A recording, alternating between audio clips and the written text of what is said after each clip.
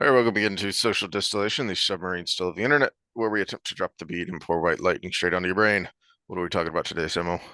We are overthinking Wheel of Time, and we have a fun one, I think, today because we did Ishi in the Forsaken, we did Grendel, and we're about to do Lanfear today. And this is good because we're trying to get it in before the show starts, which we had made a meme for one of our episodes way back, and probably I thought this was a Lanfear one, but nope, it was Leandrin. Yeah. But this was before Lanfear came on, but it was Shall We Carry the Show with the actress that hmm played Leandrin, and I accidentally left her off my list of good actors and actresses in the Yeah, series. I did that too because I'd forgotten that she was the Lanfear, if you will, of the first season until I rewatched the first episode the other night, and it was so much worse than I remembered. I started rereading Eye of the World. But this one is more relevant. It has Yep. the actual Lanfear actress saying, "Follow my lead," and you too could have some good acting moments. And Yep. Rand is saying, "I want to, but Moiraine won't let me." And that's kind of like relevant to the books too, but also like he was so good in the scenes with her, hmm and that's why. I remembered, and uh, before you had to remind me, this is something I want to do with everybody. If you're Finn's isomorphic, we got a new follower, Jen.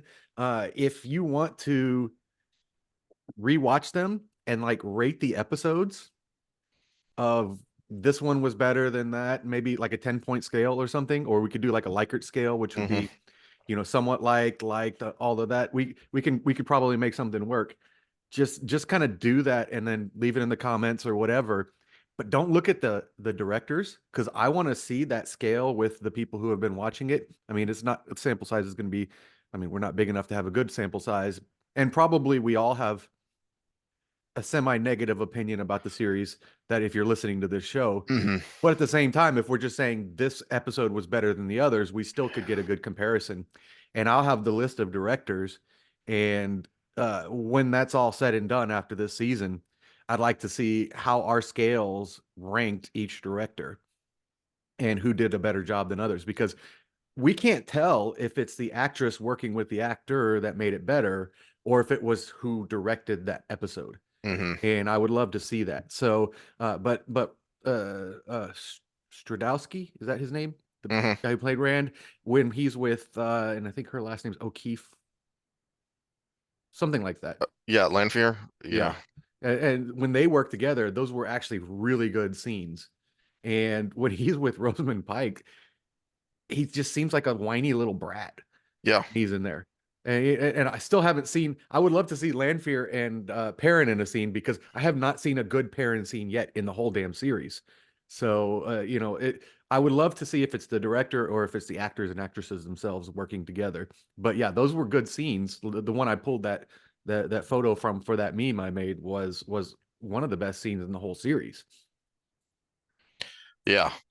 Um, random thought while we're on random thoughts here, talking about the series is it kind of popped into my head when because we were talking about Lanfear, and we'd mentioned, I think when we were done recording, that she was one not just one of the better actresses, but one of the better castings of, yeah, you can see that actress as Lanfear. And it's a point you've made is when people get all, well, what do you care if they race, gender, whatever, swap this character? Or, well, why do you care that they do it? Like, what they went out of their way to find someone tall, broad-shouldered, red-haired, blue-eyed. Why? Why? Why does Rand actually looking like Rand matter? Because it doesn't matter in so many other instances. Mm-hmm. So Mm-hmm. why did you Well, bother and at all to go with get a Rand and a Lanfear that actually look like Rand and Lanfear? and with Lanfear, what we do have is actually a very detailed description of her hmm because everyone's like, oh, we can find instances of the word pale or whatever for the main characters, and they're like, oh, well, they were darker skinned than regular Andorans, so what do you care if they're, whatever. But I got the cheat book here, but we get plenty of descriptions of because Rand is googly eyed for her for so long of hmm Celine and then Lanfear later. Slender and beautiful, she had skin that was creamy, pale, and smooth. You can't if you're trying to walk that tightrope of casting where it's ambiguous. Well, this was unambiguous. You could not use that excuse for this casting. And I think they did a great job Hmm. of casting her. So, but before we start, I wanted to read from a book that's banned in most prisons because I think it's relevant to Lanfear. It is the Art of Seduction, Robert Greene. And I just happened to open to this page with this passage today just to and don't make fun of the glasses. They're $4 cheap readers from Kroger. For all these men, she was an obsession, which was only increased in intensity when they were away from her. The source of her power was twofold. First, she had an angelic face which drew men to her. It appealed to the paternal instincts, charming with its innocence. But then there was the second quality peeking through. In the flirtatious looks, the wild dancing, the sudden gaiety, all these caught men off guard. Clearly, there was more to her than they had thought, an intriguing complexity. When alone, they would find themselves pondering these contradictions as if a poison were coursing through their blood. The seductive process involves filling someone's mind with your image. Your innocence, or your beauty, or your flirtatiousness can attract their attention, but not their obsession. They will soon move on to the next striking image. To deepen their interest, you must hint at a complexity that cannot be grasped in a week or two. You are an elusive mystery, an irresistible lure, promising great pleasure if only it can be possessed. Once they begin to fantasize about you, they are on the brink of a slippery slope of seduction, and you will not be able to stop, and they will not be able to stop themselves from sliding down.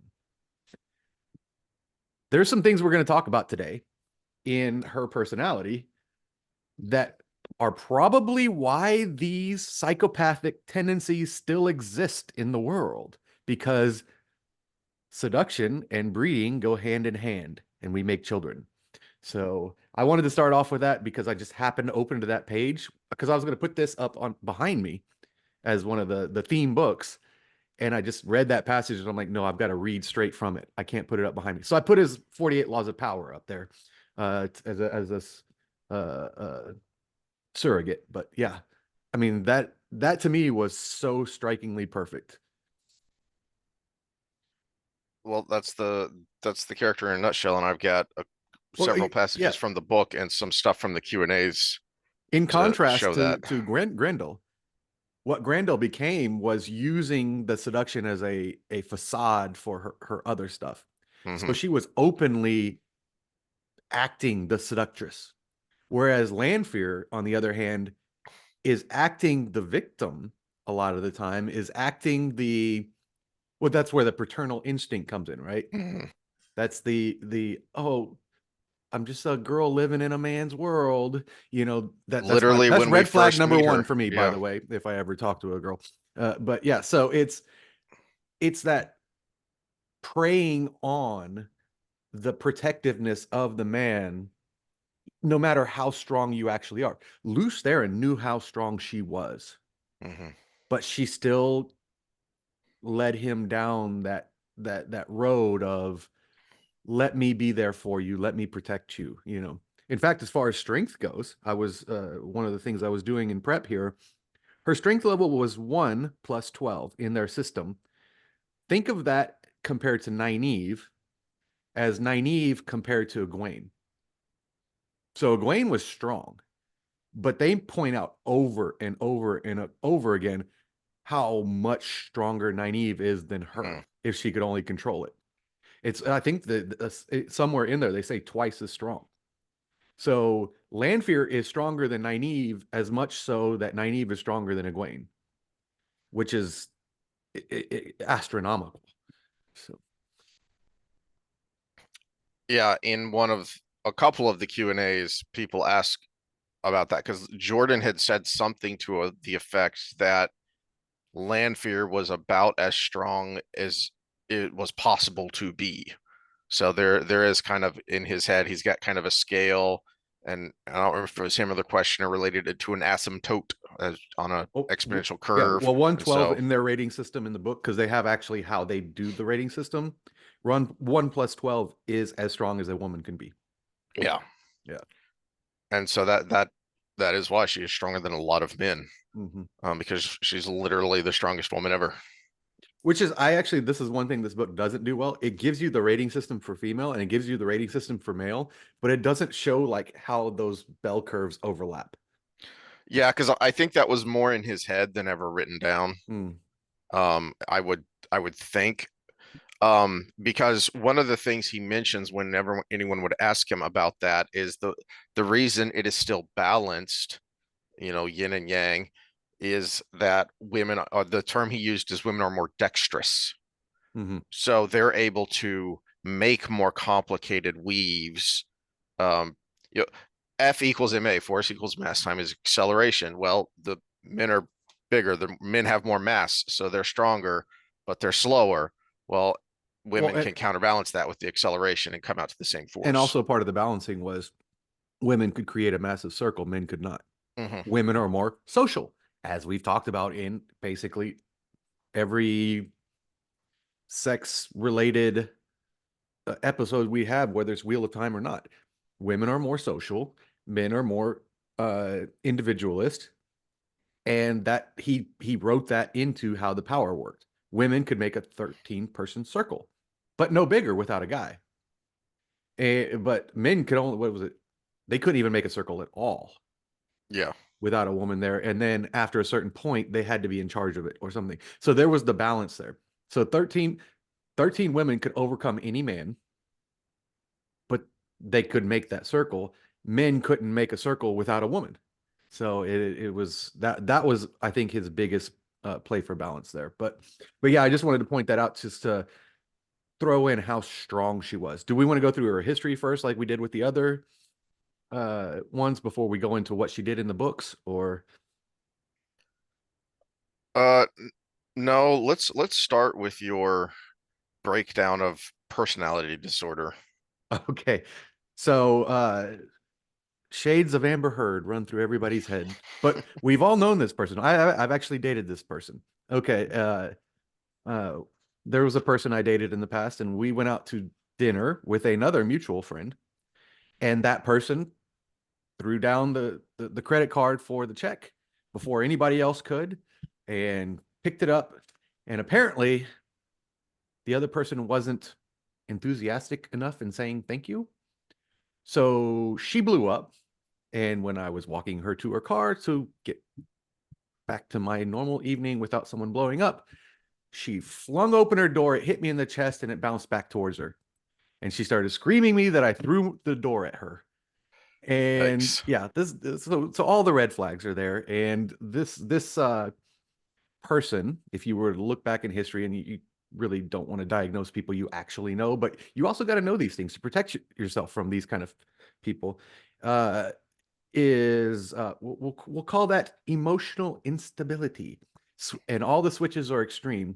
And the personality I'm talking about is borderline personality disorder, which a lot of people like to equate as like the feminine, and I use that word purposefully because it could be male or female, the feminine version of antisocial or psychopathic disorders, which kind of are really related. The problem with these diagnoses or whatever is they all overlap so much, Hmm. but there are important distinctions between them. So you kind of have to know the labels, even though, because you have to have the right treatment for it. Because borderline personality disorder is defined as a pervasive pattern of instability of inter or intrapersonal relationships. So this could be towards the self or towards others, usually a mix. Self-image and affect, and if you want to know what affect is from like a definitional standpoint, is basically the visual part of what's going on in your head. So if I'm sad and I'm acting sad, the acting sad is the affect, okay? Hmm. And marked impulsivity. This is present in variety of contexts, and that's an important distinction because a lot of people confuse this with bipolar disorder. Differentiating from bipolar disorder is it is directly reactive to that moment. as Mm, bipolar go through periods of mania and depression. So they'll get manic and they'll be there for days, like just cleaning the house and doing this and going shopping and blah, blah, blah, blah. And then they'll go through periods of depression where they can't get out of bed. Whereas borderlines, it can be a flip switch just like that for the good or the bad, which is why they're so great to date because that's some good sex. But they're so horrible to date because then they try to stab you after you've had that great sex. So metaphorically or literally. So it's this is Dr. Phil talks about this. He wants to like push that don't stigmatize these things or whatever, but at the same time, just like with a real psychopath, you have to know. You have to be able mhm. to protect yourself. There's a difference between stigmatizing and treating somebody different and protecting yourself from that certain person as well, right? So it's yeah, so Lanfear fits this mold pretty well. Yeah. And do you just want to list out the nine characteristics, so or do you want to Yeah, go into them? Or I'll list them, and then if you want to bring up an example, so I asked Heath to bring up actual parts from the book that might fill some of these. Now, there's nine characteristics, and you only have to get five to be diagnosed. Okay, by the current DSM. So I'll just list them off in a row, and then we'll go through them individually with your examples of how it fits. So the first one's a fear of abandonment, which is why it's actually deserves some sympathy, this Mhm, disorder, right? Because something in I looked up the heritability. It's they said anywhere from 39 to 69 giggity percent heritable. So that tells me it's probably just like every other personality trait, about 50% heritable. But the other 50%, you got a 25-point swing in either direction, right? So mhm. that's environment, that's how your upbringing, your trauma, and all of these things. So people can have this based on trauma as well as just being kind of born with it. You have a propensity for it, and then you end up in that environment, you're definitely going to be on this spectrum, right? So fear of abandonment is number one. Pattern of unstable relationships. So this is where the interpersonal uh, comes in, instability. So pattern of unstable relationships, identity disturbance, which is their own internal concept of themselves, right? Which in that which it plays to that passage from the Art of Seduction that I read because that adds to the mystery Mhm, because it's built in. The mystery is built in because you don't even know, right? Uh impulsivity, so lack of control of impulse, which is directly in line with psychopaths. That's one of the reasons it might be the feminine psychopathy, right? Self-harming, emotional instability, which is one of the intrapersonal instabilities, right? Because now emotional instability, I can't control my emotions to a certain degree, right? Feelings of emptiness. This is big because another overlap, we talk about narcissism. Narcissism seeks external validation and they fill their emptiness with external uh, stimuli. Explosive anger. Well, we got that from Lanfear. We know those sections, right? And the last one's kind of long, but there's no other way to actually just describe it without saying the whole thing out loud. Transient stress related paranoid ideation or severe dissociative symptoms, S- suspicious or out of touch with reality, paranoid or suspicious thoughts about others' motives. So basically, they walk around in a constant paranoia that is based on real things or things imagined in their head, and where it becomes interpersonal instability is they're constantly treating people like they're going to hurt them, which is a self fulfills a lot of prophecies, right? mhm. So those are the nine, and yeah, just bring an example, and we'll go through the finer details. Well, I've got two and a half ish. You'll see the half in a minute. examples from the book because the two that pop to my head when I think about Lanfear and who she is are one of the first times we meet. Well, actually, the first time we meet her as Lanfear, because this is from the Shadow Rising um, decisions when Lanfear shows up and uh, Rand still thinks it's Celine, and she says nope, and confirms what we knew from the very end of the Great Hunt because she tells Min who she is. So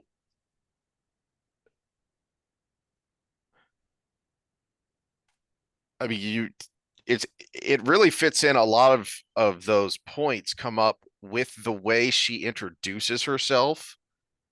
It is a power play because she knows the name is going to freak him out. She knows that, this boy that I made have a crush on me is about to freak the heck out when he finds out that he had a crush on the boogeyman. Mm-hmm. Um, so she's definitely toying with him and then toying with him again when she says, "Would you like to see uh um the real me?" Or something to that effect. Um, and then she transforms and he's freaking out because he's expecting a monster. And when he saw Agenor and Balthamel, they did look like monsters Mm-hmm. because they were close to the edge there. And she's clearly toying with him. She knows, you know, she's about to do the sexy librarian stereotype and let her hair down and take off her glasses. And Will you go to prom with me, Miss Davis? yep, yep. Um,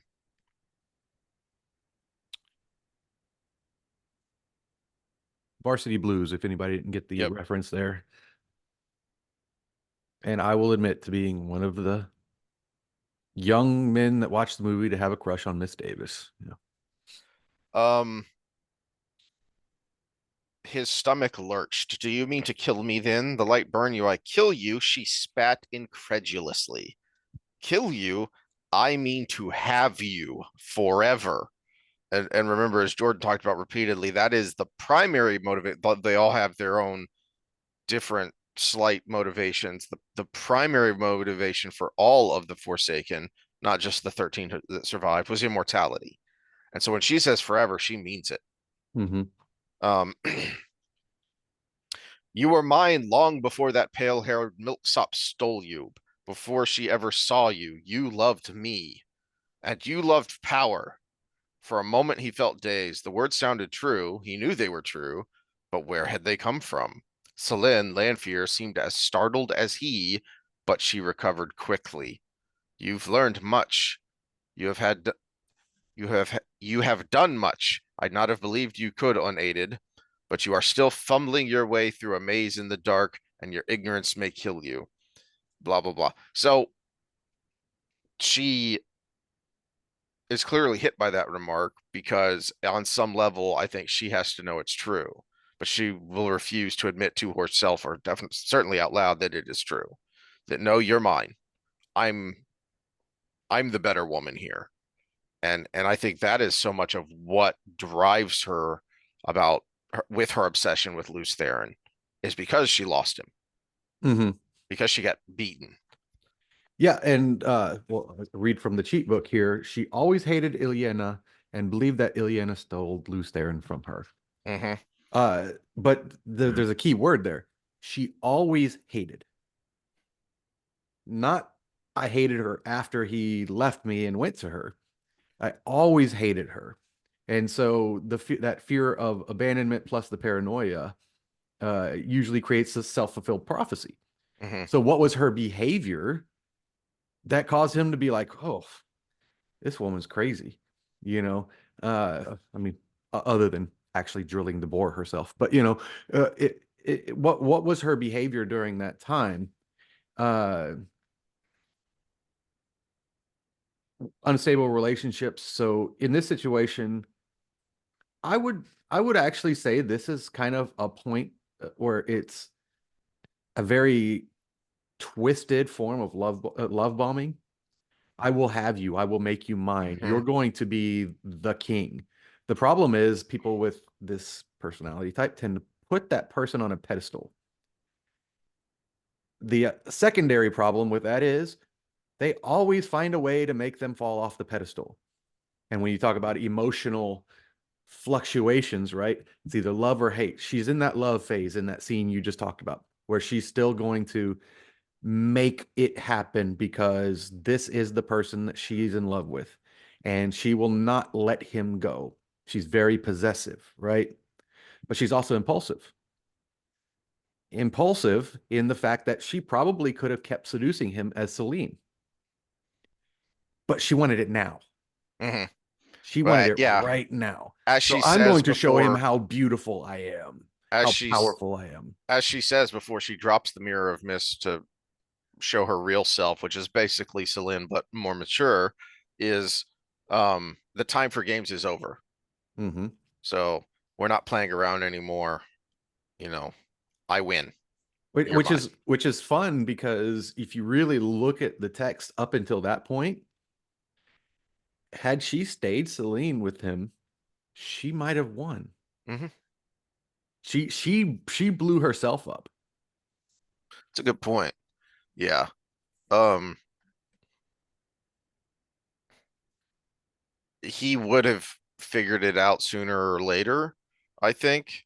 Um, What was the moment that led to that scene? Because I was talking about just like the switches, because just that person's tone causes this person I dated to go crazy, right? What she just was shows up, and it's because I you think said it's Min was there, right? She saw Min maybe, no, no, no. Remember at the end of the Great Hunt, at the very end of it, Min is the one who's holding Rand, who found Rand lying on the but ground. Min's warming him up, right? I think. Yeah, in the Great Hunt, at the end of the Great Hunt. So there's your Um, trigger. and yeah, and she says, "Keep him safe for me. He's always been mine." Hmm. And says her name, then says that she's tells Min that she's Lanfear. Um, but this is then we don't see her in The Dragon Reborn, and she shows up here really, I think, just to say, all right, the world knows now The Dragon Reborn has been proclaimed definitively. The end of the Great Hunt proclaiming on the sky above Falm was the prologue, but now since you pulled the sword from the stone definitively. But I think that the thing that really triggered it, because she keeps talking about Kalendor and him needing to learn it, and he doesn't know how powerful he is. But then also she brings up the code and call again of together how powerful we could be.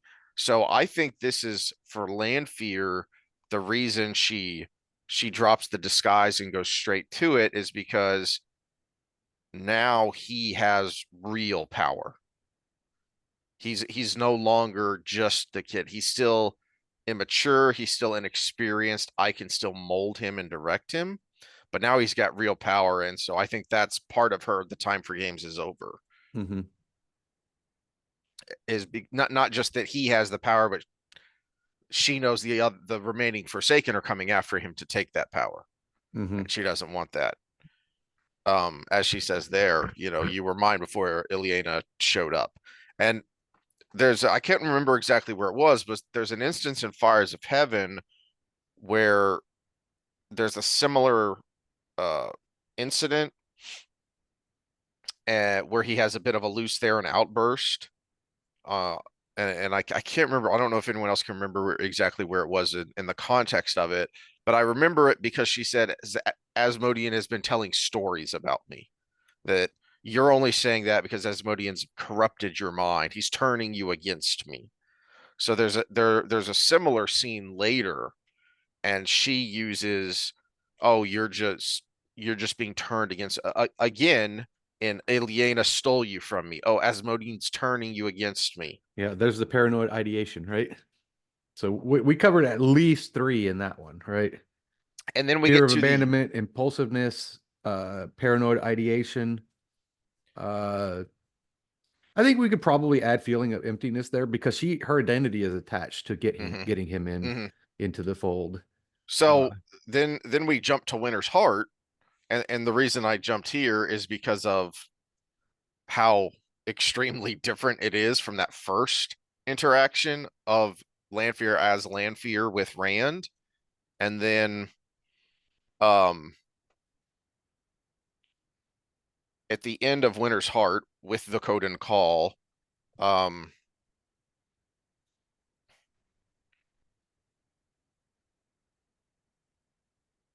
so at the very end of the scene with Lanfear, because remember, as he starts using it, we flash to a number of scenes of people. We go to Tremalking, where the Iod guy sees the glowing hand, Mm-hmm. and then um, there's another scene of someone feeling the power from way off, and then we get Lanfear, and she feels it, and so she travels.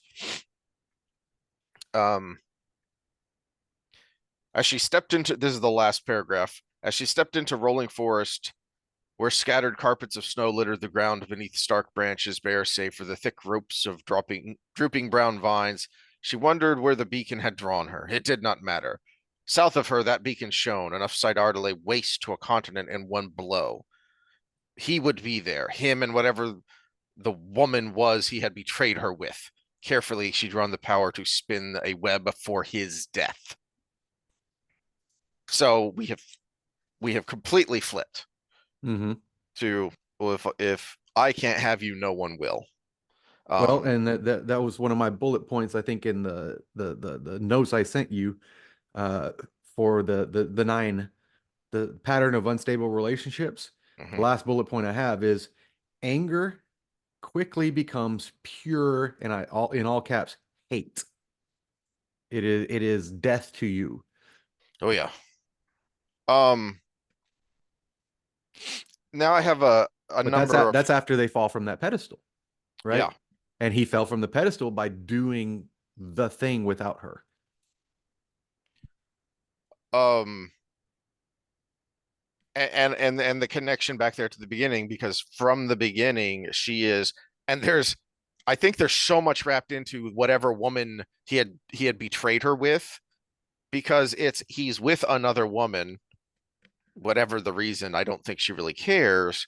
But then in the specific instance, he's with another woman linked and using these two ludicrously powerful saw and reel, and that power is supposed to be mine. How dare you? Mm-hmm. We were supposed to wield that power together. So it's not Well, just that. So it's both. There's another. You're with another woman again, but then also you're wielding that power that I so desperately want with someone else. yeah, and I've got John Bradshaw up here. Again, dumb name to a book, but a very brilliant book, Post-Romantic Stress Disorder. And you brought up Ilyana, and then now he's doing this thing with this other woman. In real life, the way this plays out, it actually is usually the man that's this way, but when it's a woman, it can be equally as violent, and it's usually involving a crossover to this Mm-hmm. BPD that we're talking about. The chemicals in your brain that are that honeymoon period where everything is so good with the other person and every red flag doesn't exist because you're just in that moment.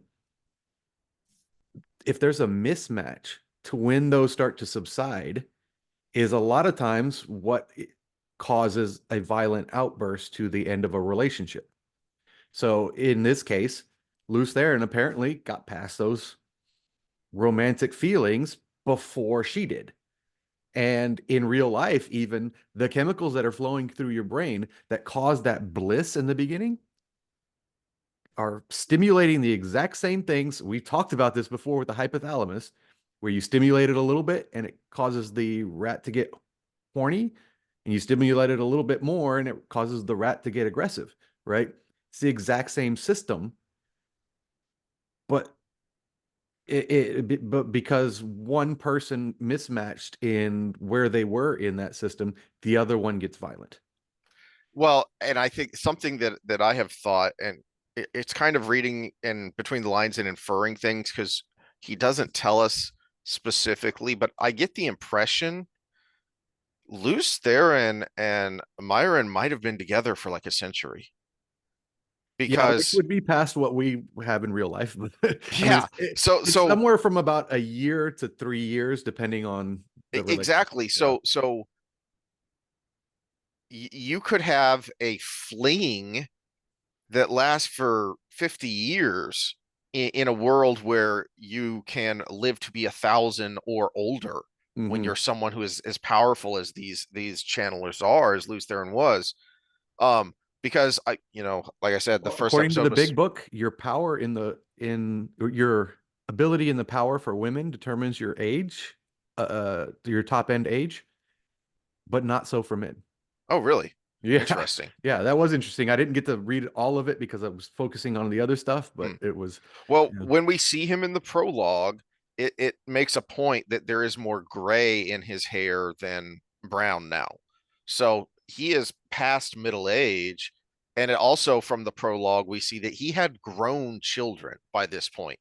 And there was we I don't think it ever says explicitly how long the period between the drilling of the bore and the War of Shadow was. We know there was a period of time and that the War of Shadow lasted for 10 years before the bore was patched.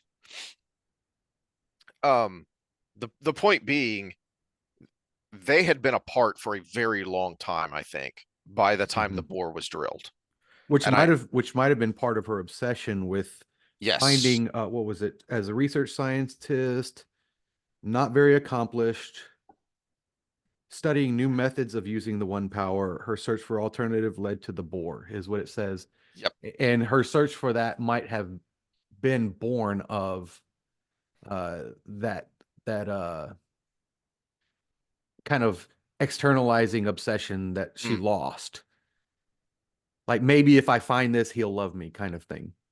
So that's why I was setting all that up because from 2005, um, someone asked on a tour questions of the week, who was Bidamon who helped Lanfear with the project that led to the drilling of the bore? Did he figure in the later events at the end of the Age of Legends? This is Jordan's response. Bidamon was a male Aes Sedai and a research genius who believed that they were onto something great. The drilling of the bore itself caused great damage, and Bidamon, Lanfear, and others involved were blamed for that. Once it became clear what had actually happened, the opprobrium increased, and Bidamon sought obscurity, finally committing suicide when he was unable to achieve it. Everyone knew his name and what he had done. He had nowhere to hide. I thought that part was interesting, so I wanted to leave that in. But the important part That's for kind of us like the today, Oppenheimer effect right yeah, there. yeah. Yeah. I wonder. Man, I didn't think about that before, but I wonder if there was a little bit of inspiration there with who Bidamon was. Um, Oh but here, man, that reminds maybe we need to do an episode on this. Well, I'm sorry to derail us and tangent squirrel. But the I came across and I meant to read them and I put it to the side. Letters from Freud to Einstein. hmm, And I wonder because Freud defected from Germany during that time, and Einstein obviously was a major part of the the Manhattan Project. So, I would love to. I want to dig into those letters and just like mhm, psychoanalyze Freud himself. In a time of war. Yeah. that'd be interesting. All right, so the part about Lanfear here that's interesting for us, as an aside, for those who think that Lanfear was in some way twisted against her will, which was a rather popular theory on the message boards when all us nerds were overthinking and go reading along with this, is that when we got that scene in Fires of Heaven where Rand actually sees the moment the bore was drilled, that spawned a theory that then Lanfear was turned immediately because she was exposed to the Dark One directly, but Well, she wasn't in the Jordan first dismisses that. two that went there because first two were Ishii and then Grendel. Hmm. Um, and I think that was, I think, the primary point against that idea. Um, and then Jordan just says it flat out here in 2005. Um, I have heard the theory advanced. All of those involved in the project. She was the only mate. of all of those involved in the project, she was the only major figure to go over to the shadow. She was ripe for the shadow's plucking long before the bore was drilled. which would be her breakup. And exactly, is she was already a um brittle person, and then the breakup with Luce Theron probably cracked her. Um, would be the way I would look at it. Um, Well, and that's where the sympathy comes in with the people that don't want to stigmatize this is they are brittle people because they have lesions in their brain that make it difficult for them to respond properly to some of these situations. Again, there's a difference between judging and protecting yourself. mhm, And yes, okay, so uh Ted Bundy, it's a great example. He's one of the most famous psychopaths of American history. He was charming, he was highly intelligent, he could not control his impulses, and he could not feel empathy for others. So, yeah, he killed a lot of women, but he killed them because he would impulsively force himself on them and then realize he had done something bad and he needed to cover it up and he would kill them in the process. Another impulse. He basically was lizard brain. mm. So, Um, we need to, yeah, sucks to be you, dude, but also you need to be put away. Or mhm, I think he got death penalty, right? I think. I think so. Yeah. Yeah. But the lawyer, the judge who tried his case where he defended himself as a lawyer was like, it is such a shame that this happened because you would be the best lawyer in the world. Mhm. And it's just like, wow, okay, but because he had these lesions in his brain and he actually pleaded, study me. He documented every bad thing he did and gave it to the authorities when he finally was caught because he was like, there's something wrong here. Yeah. Maria Simmons, who was the head of the notes, Jordan's assistant in 2010, so just after Jordan's death at a convention, someone asked, "Did Myron drill the bore out of curiosity or out of some malevolent desire?" Maria Simmons' answer, Myron was kind of greedy. I don't think it was a malevolent intent, but it wasn't all pure and nice.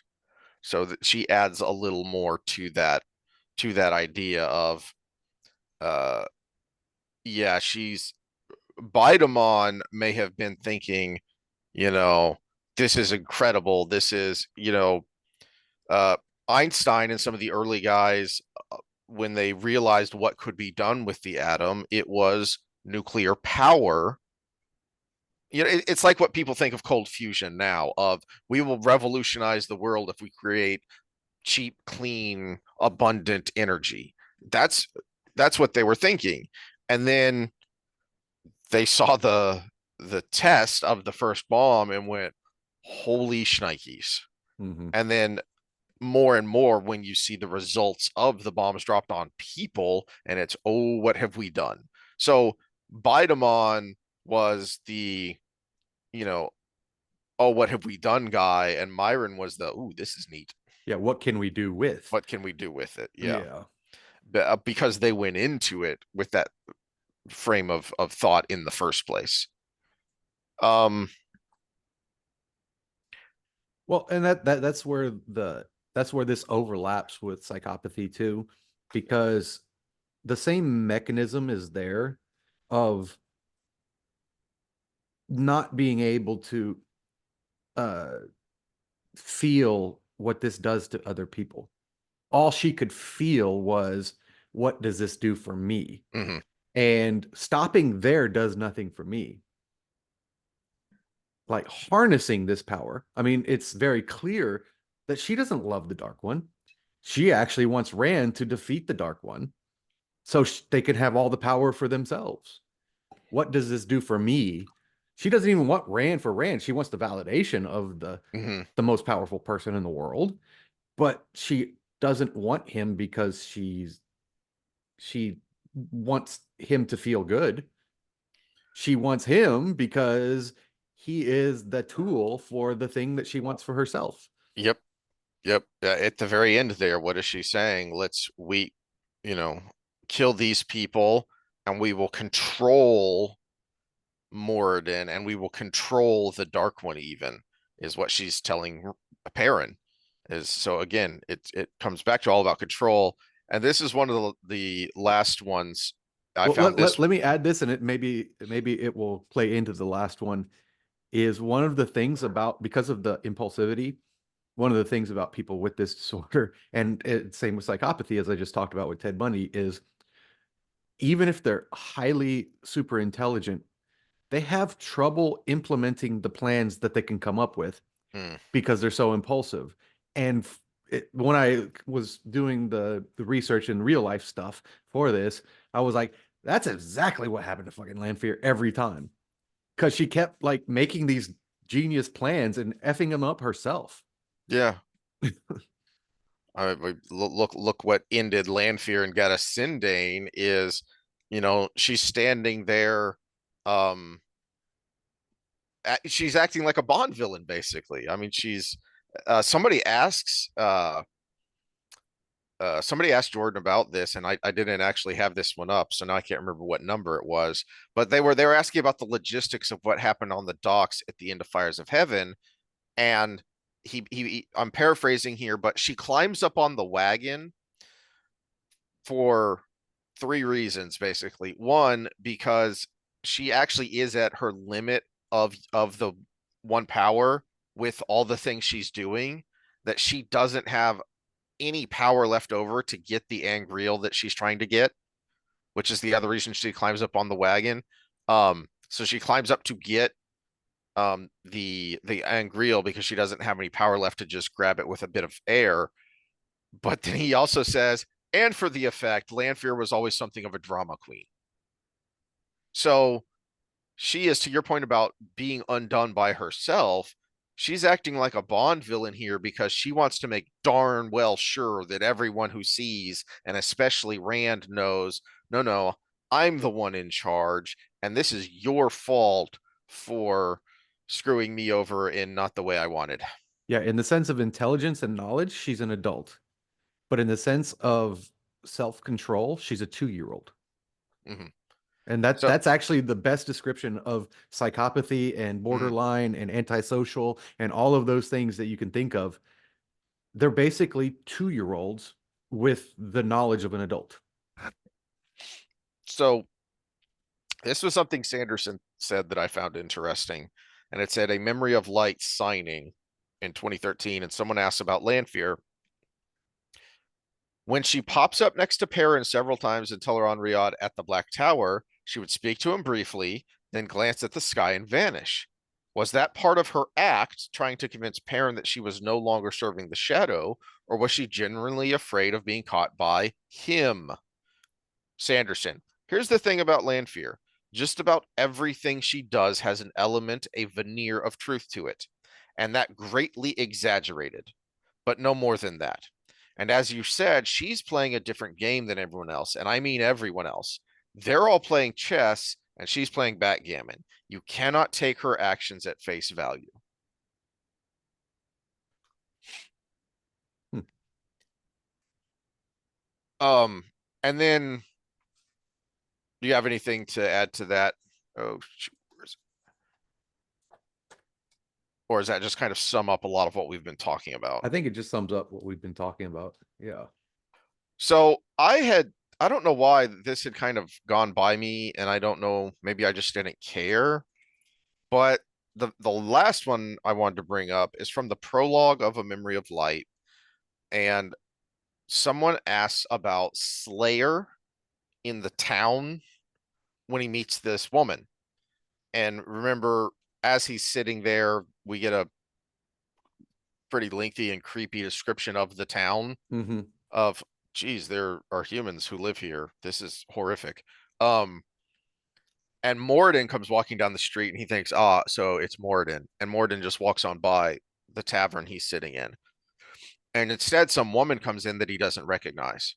and he says that he thought he knew who all of the chosen was, and I think there's an inference there that he even knew who um uh The Shiva and Halima. the Shiva and Halima were. Yeah. Yeah. That he even knew. I mean, he knows Moradin, and there's an inference there that he knows who Moradin really is. He doesn't recognize the person who shows up. And by this time, Grendel would have been given her new ugly body. So it's not Grendel because it's described as someone very pretty. Hmm. Um, and so someone asked about this, and I hadn't really given it much thought. Who summoned Slayer to the town and met him there? Sanderson. Okay, I'm not sure I could give an answer to this one. Who do you think it is? What are you basing it on? Questioner. I'm pretty sure it's Lanfear. Several things. She's wearing red and black, and she doesn't have a corsova around her neck. Her appearance is unknown to Slayer, and she's pretty, though she isn't comfortable with her own reflection. She expresses disgust at having to use him. This eliminates Malkavian and Grendel. Sanderson. But she's ordering Slayer to kill Rand. Questioner. This will lead into the next question, but I don't think she believes that Slayer can succeed. She's using him as a distraction and to give her options because she's playing a deep game. Oh, Sanderson. Okay, here's your answer. Your case is very, very, very solid, and you can stand by it. Which is the closest to a non-read and find out answer you're going to get, especially at this point in 2013 when the book hasn't been out that long. Yeah. Um, Yeah. And this kind of pulls us towards Isomorphic's comments about Lanfear faking her own death. yeah. So I was gonna, that is one of my gripes here and why I wanted to go into so much into who is Lanfear, what motivates her, why does she do what she do? And there were some, if you scrolling through the database, I found a couple of instances about that, but I didn't follow through because I frankly I don't care to go look up to see why he thought this or what he wanted to do. Because my problem with it is that everything we have talked about today, Lanfear couldn't help herself. Well, and that's what I was going to bring into this because Sanderson wasn't as intuitive about human psychology as Jordan was. Mm, And what we can pull from here is I think Sanderson wanted you to think that, and he thinks that that might be the outcome. But I think from what all we've talked about today, plus what we talked about, I think 2 times ago when we said Perrin would know if she leapt in the world of dreams because he could follow sense in the world of dreams from people who leap around, right? So I don't think Sanderson just had the wherewithal to put it all together to make it happen. So he may have wanted that to happen and he may have made comments in that direction, but all the evidence suggests that from a mechanisms of the meta world of Wheel of Time, Perrin would have known. hmm And from what we've just talked about from a human psychology standpoint, she may have wanted that to happen and was too impulsive to follow the plan through and ended up dying. But my bigger problem with it is and this kind of coalesced because of going down the rabbit holes we've been down lately and reading the comments that Harriet made when I was trying to find out, answers for what happens at the very end and how does it happen. And Harriet had made the comment at some panels that some of these things, Jim, Robert Jordan, didn't want to be known. Mm-hmm. Some of them he wrote down and he knew as a point of reference to help him write. Some of these things that people are asking about, he didn't even write down because it's a new age. It's the fourth age. He wants there to be wonder. He wants there to be Mm-hmm. mystery. He wants you, the reader, to spin off in your own mind what happens in the fourth age. So I think this is a situation where he may have intended it to be that way.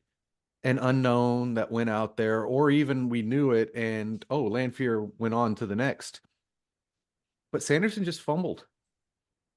because he didn't understand how to pull it off. There might have been a note. There Yeah. might have been a note that was But like Lanfear survives, and Sanderson's like, "Ooh, if I do it the so sneaky so way, what what I'm getting at, and since we're over analyzing and we've got Lanfear on the Freudian couch here telling us about her mother. So you analyze Lanfear from what we've talked about and what we know. My point is it ruins the fourth age because Lanfear won't let it go. She can't let it go. mm-hmm. And the Shadow clearly knows about his three women. They may not know the extent, but they clearly know these three women are close to him. And there is no way Lanfear does not go for revenge on them and then go try and find Luce Theron to kill Well, him. let's look at the outriggers that were supposed to happen that never happened. We have like two clues, right? Perrin Mhm. goes looking for Matt, and Matt is in a slum somewhere, obviously down in the dumps, right? Those are the only two things we know about the possible outriggers that never happened. What if Lanfear went after Matt next because she didn't get Perrin Mm, and messed him up with Tuan? Because Matt can be a little bit impulsive himself, right? That beautiful women are a weakness, and Tuan's made it clear that you can have fun as long as I have your baby and we keep the line going, right? So there could have been a storyline where Lanfear just keeps shifting her focus. mm. And okay, well, Perrin tried to kill me. Rand tried to kill me. Okay, let's try the trickster. Let's see if we can do that. See, but I think it seems to me like unless you think that there's enough trauma there for her to course change, I think her obsession is clearly with Rand, with Luce Theron, um, to the very end there of yeah, I want this power, I want this control, I'm gonna have control over the Dark One, but I also want to make sure I kill Rand because he rejected me. Number three, identity disturbance. No clear idea of who you are. Constantly change things Mm-hmm. about themselves. Not the same as dissociative disorder, as there is no stability to the change. Hmm. Okay. So she could do it without completely ruining the fourth age.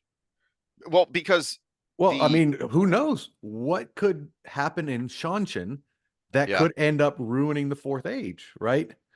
well, so, We have yeah. a somewhat stable peace after the last battle. Well, all it takes is one general to fuck that up, right?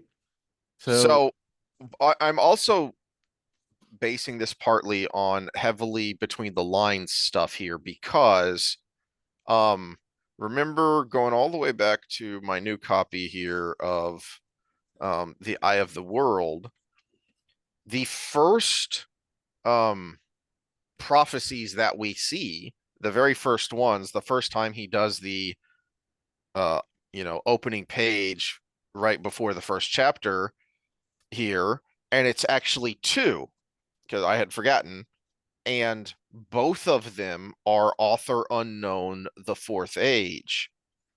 There has always been a strong implication that at least one, if not both of these authors are a pseudonym, that a pen name that Rand is using, hmm, and I've never heard that. Yeah. that he goes off and he writes a history of um the dragon and the cycle of the dragon from the fourth age, which is cited a number of times. I thought The always the implication that it was loyal. no, and remember, because at is it in the prologue or the epilogue of the last of A Memory of Light? Well, I've got it right here. Um, it actually cites from Loyal's book, Hmm. and it calls it by name of Okay, Loyal's because he actually son cited of. himself. Yep, That's yep. yeah. Um, We need to do a loyal episode too because him and Charles Darwin are like very parallel as well. huh. I hadn't considered that. Uh, all right. I'm thinking So from it. a relationship standpoint, Darwin always he had a checklist of Hmm. he had a pros and cons of getting married. And one of the Oh, cons really? was would take me away from my writing in books. I did not know that. Uh, author unknown, the fourth age. Maybe it was in. I know there is a citation from Loyal's book. Uh, oh, here it is. Yeah, it is the very end. It's actually, I don't remember if we said that at the time. It's fitting that the very last line in the entire series is he came like the wind he touched everything, and like the wind was gone. From the dragon reborn by loyal son of Arndt, son of Holland, the fourth age. So he does write his book, and we do get one line from it. But the thing I had forgotten is of the two quotes here, uh, from the beginning of the Eye of the World, one of them is the cycle of the dragon written in the fourth age, but one is the breaking of the world, author unknown, the fourth age. So that made me think, well, maybe Rand, since he's got his memories all together, he's the only one who would know. Who else would write? Who else could write a history of the breaking of the world all the way in the fourth age? Mm, So my one of my thoughts about Lanfear is, you know, Rand's done his work. He is no longer the dragon Tavarin. He is that person who did those things, but the pattern's no longer revolving around him. And I think he is wise enough, but also has been through enough. He can say, you know what? There will still be wars. There will still be conflict, but I'm human's gonna gonna let, human. Yeah. yeah, human's gonna human, but I'm gonna let the people in charge need to be in charge, and I'm just gonna sit back here and I'm gonna write my books. And I'm gonna play with my kids. I'm gonna take my kids to see their granddad in secret. That is how you imagine Rand's happily ever after. Lanfear can't allow Rand a happily ever after. Mm-mm.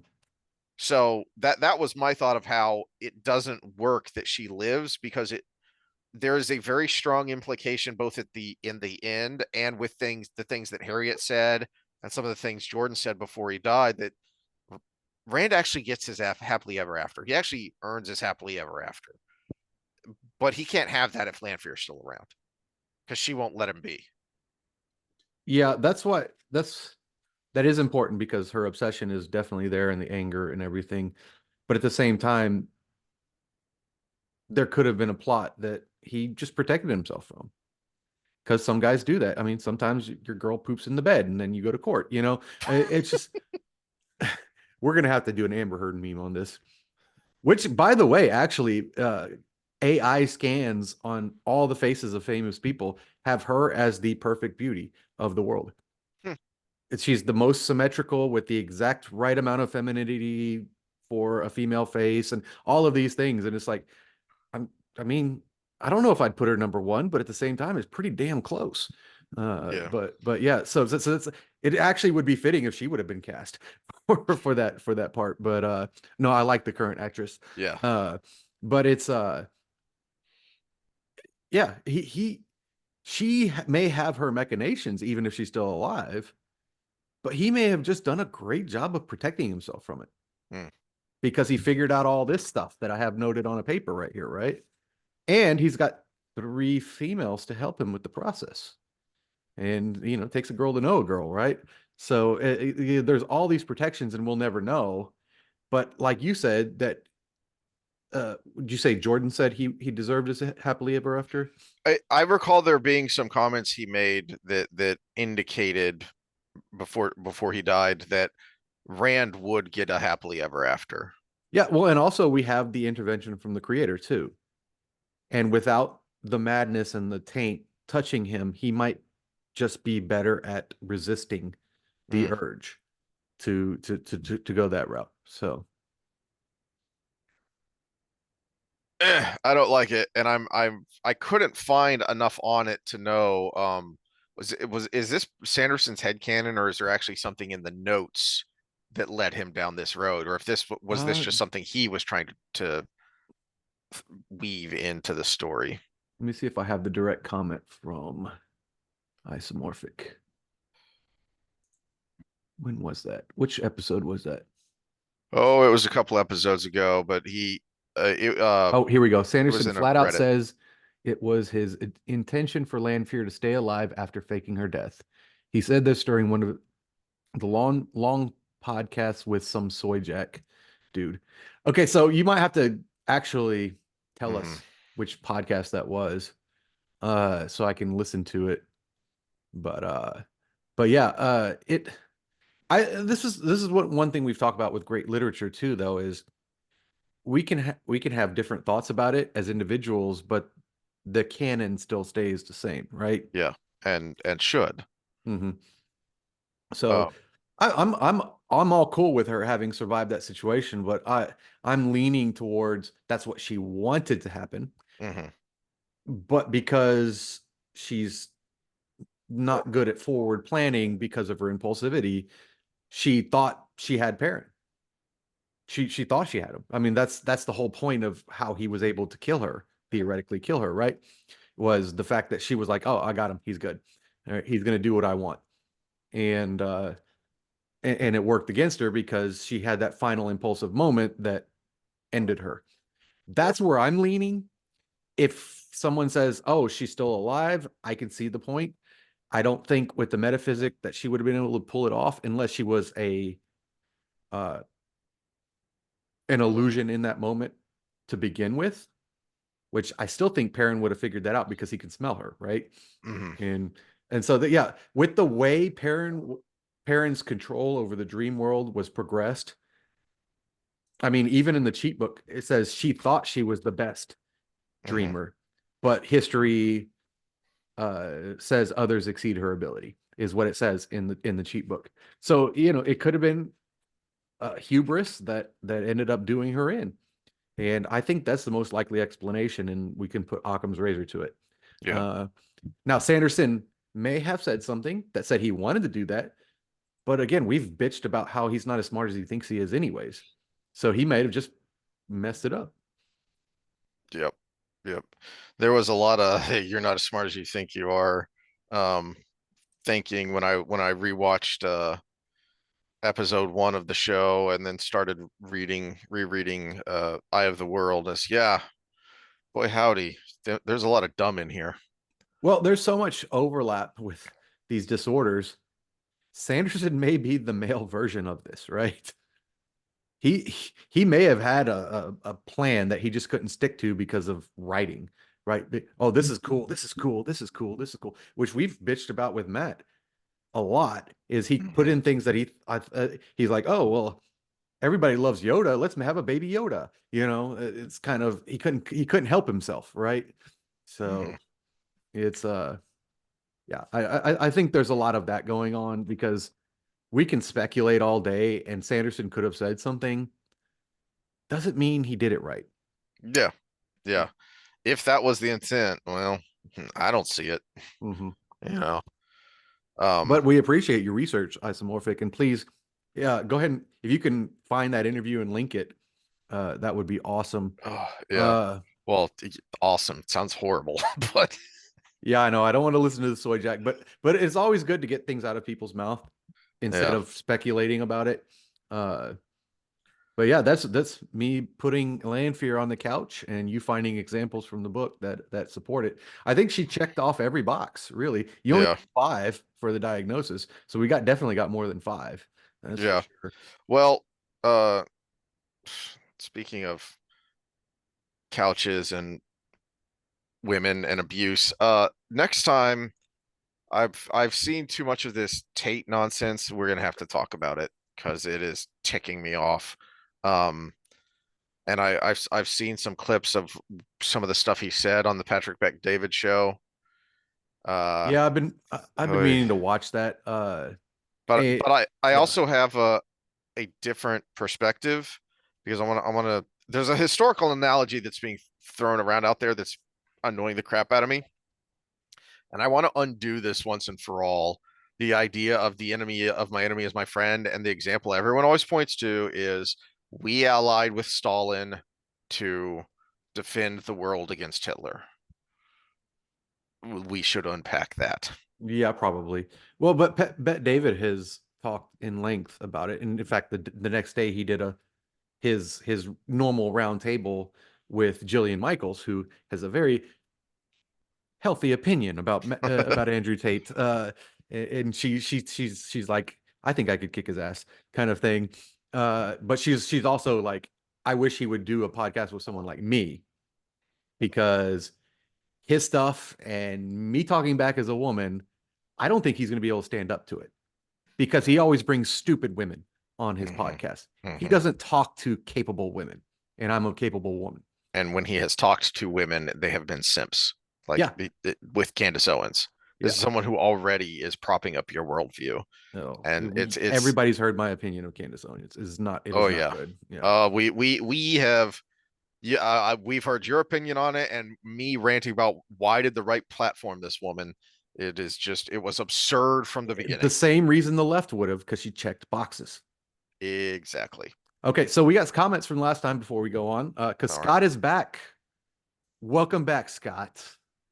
You're gonna have to jog my memory on some where some of these are relevant in that Hmm. last episode. So this was Rand Part Two.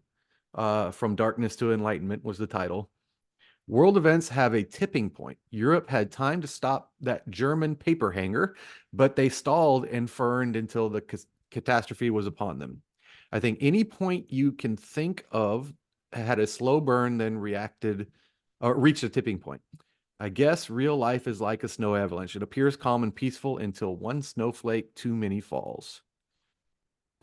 I think I remember that part of the episode because we were talking about things happening slowly and then all of a Slowly and then sudden. all at once. Yep. Mhm. Well, it's Yep. like that's kind of how cancer works, right? You're if you're in stage one cancer, you actually typically don't know to get checked. That's why we have screening processes, Hmm. right? Because you want to catch it before it's a problem. When it shows up symptomatically, Yep. typically you're in three or four. So we have screening processes at certain ages to try to catch these things while they're in stage one, which takes many years because it's just cell growth, right? And then at some point, that cell growth starts expanding throughout the body. And the more screening processes we get, the better our health outcomes get. It seems like. So yeah, let's just say part of this podcast is screening processes Hmm. for social issues and dumb cultural issues like Wheel of Time stuff.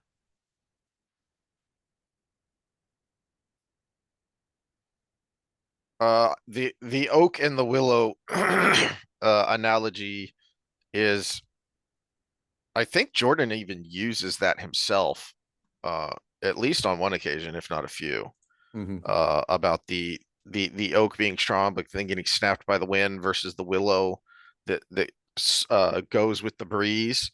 Um, I feel like he uses that both as an analogy in sword technique, but then also in wielding the power, um, which there are analogies there. I mean, that's why he Mm-hmm. uses very similar language about that. Yeah, but I take it a step further is there has to be at least a base amount of firmness, though. Hmm. I mean, Well, this is Bruce Lee yin yang philosophy. It just it is enough. Well, okay, so we'll go to Bruce Lee. His analogy: be water, my friend. Right. mhm, So water can either flow or it can crash. Right. But what is a trade of water that is different than any gas or a lot of other liquids too? It cannot be compressed.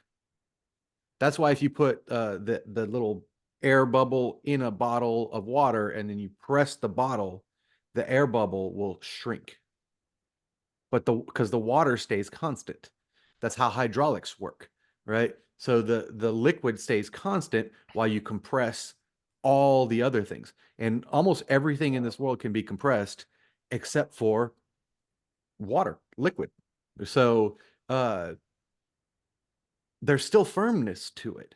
mhm, And so the willow is a good example, but it also still has roots. It still has roots and it still has substance to it. It just can flow. What's the last one?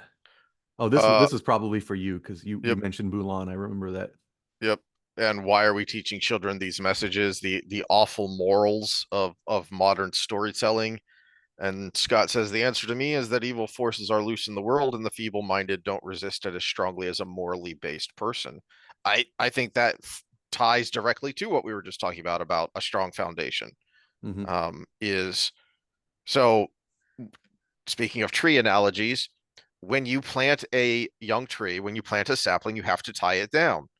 It needs guardrails, it needs support, because especially here in North Texas, where we're in the southern end of the Great Plains and we have some prairie winds that go ripping through, Or it will here in Southeast uproot it. Texas where we have hurricanes that come through, Yep, exactly. Well, except as it grows, parenting analogy, you're supposed to loosen the ties as it grows because it needs the pressure of the wind to encourage it to shoot deep roots. And so if you don't have those deep roots and all along comes the wind, then you go, oh yeah, well I mean, I guess that makes sense. Sure, somebody can, the perhaps apocryphal Voltaire quote, those that can convince you of absurdities can convince you, can get you to commit atrocities, is that is mob psychology. It is there's not a strong enough core in there to say, hold on, no, this ain't right. Even if you don't know why it's not right, you need that core, that foundation to go, oh, hold on a second. Wait a minute. This doesn't seem right. I should think this through, or I should reflexively no, yeah, no, you're weirding me out. I'm not going to go with you, stranger. You need that foundation to be able to have those instincts. I think that's a good place to end. Any other thoughts on what's the next Wheel of Time topic? I guess we're talking about the show, right? Episode 1 of season 3. Let's golly Uh, gee, I can't wait. well, because my spring break starting, I think I'm going to try to power through the first three that night that it comes out because it's Okay. Thursday, right? And we're going to talk Yeah. Friday. Yep. Yeah, so So we'll see how many episodes we get through, which will I'll probably spend my depend on study just how time. bad they Yeah, are. yeah. Oh God. So the news stories are it's the most accurate to the books. I'm like, could have started that way from the beginning, Mm-hmm. but yeah, it's interesting. And again, start rating these followers that on which ones you think are better, but don't look at who's the I mean, I guess post hoc, if you rated them all, go Yeah. ahead, you can look back, but don't look before on who's the directors of them because I want to see if there's a pattern of which ones are doing a better job. Uh, and Yeah. I can't Yeah. because I had the idea and I've already talked about which episodes I thought were better and which scenes I thought were better. I can't be part of it, but I'll have to be the proctor of the study. It's not going to be double blinded, and we don't have a random sample, but at the same time, we're doing what we can. And also, we went from 67 to 71 followers like pretty much overnight here. You know, Huzzah. things happening slowly, and then all of a sudden, man, just tell somebody about us. I don't care if you post it or whatever. It could be on Twix or Twitter or whatever, and or Facebook or just talking to somebody. Hey, I'd listen to these two guys, and you like Wheel of Time. I like Wheel of Time. They like Wheel of Time. Just get us going because it'll be fun. All right. We will see y'all next time.